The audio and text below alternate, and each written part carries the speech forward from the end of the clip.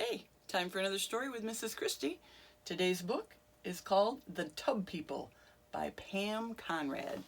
I'm going to grab my glasses, you get comfy, and we will get started.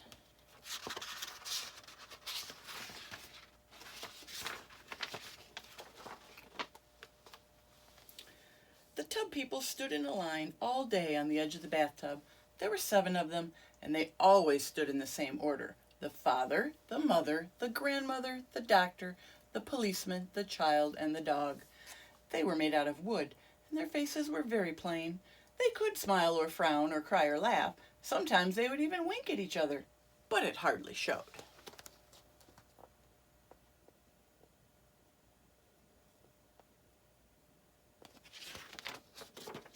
The father of the tub people liked to play sea captain. He would take the mother, the grandmother, and the child for a ride on the floating soap. The others stood on the edge of the tub and waved.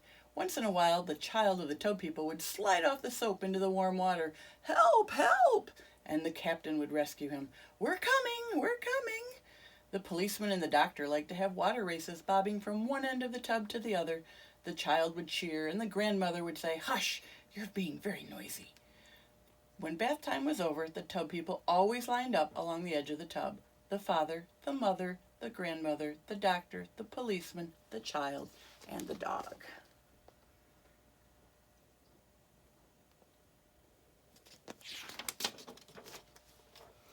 But one evening, the bathwater began rushing down the drain before they were all lined up, pulling all the tub people this way and that. The soap danced over to the drain, turning and turning at the top of the whirlpool. Standing on the soap, getting dizzier and dizzier, was the child of the tub people. "Help! Help!" But this time, his father could not save him.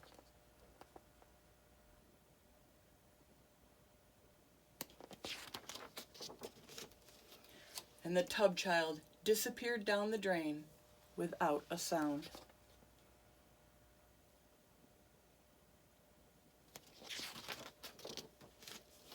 The tub mother pressed her face to the grating. She looked and looked for her tub child, but she could not see him.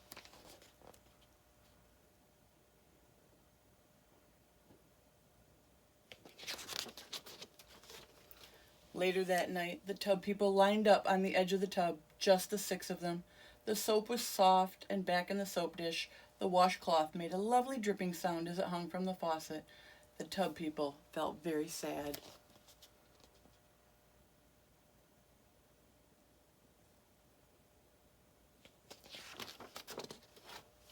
The next night, the 6 tub people climbed onto the washcloth raft.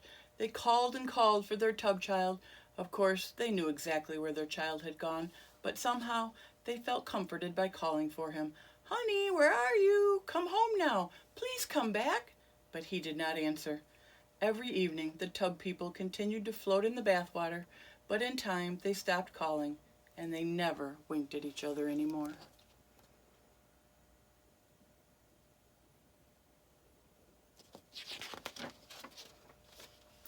Then an unusual thing happened. The bathwater began going down the drain slower and slower.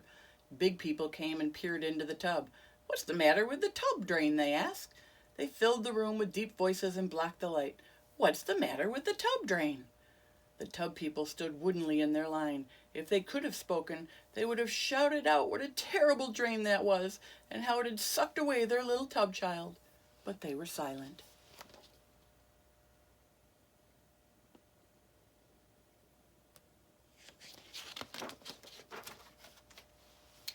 That afternoon, a big man came and pried off the drain cover, grunting as he worked. He shone a light down the drain and frowned. Then he pushed in a long wire and jiggled it up and down, up and down. "Come home now," the grandmother whispered, and out of the drain popped the little tub child, wet and tired.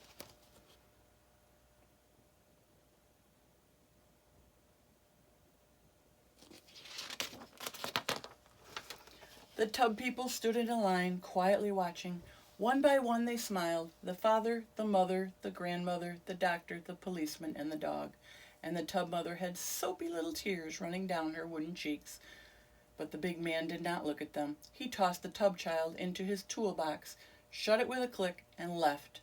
The tub people waited for bath time, hoping their tub child would come back. But bath time never came.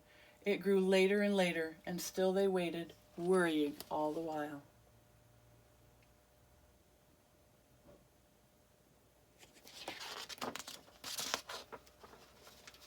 Finally, when they felt they could wait no longer, they were lifted up and carefully carried into a new room and gently placed on a large soft bed.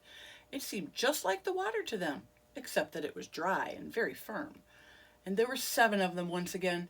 The tub dog knocked his little wooden head against the tub child's head, and very quietly they all laughed.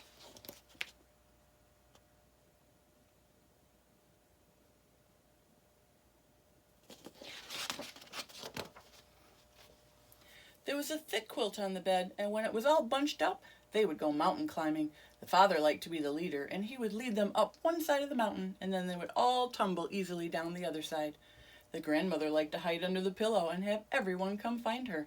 The tub child liked to fall off the edge and have his father rescue him.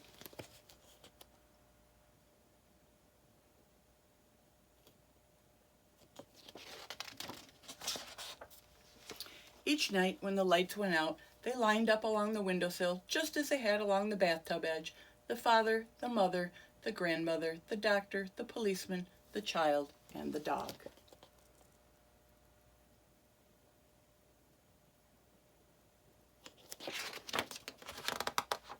But each morning, when the sun came shining in on them, something would be different. The tub child would be standing between the tub mother and the tub father, their sides barely touching. And if you looked very, very closely, you would see that they all had smiles on their small wooden faces.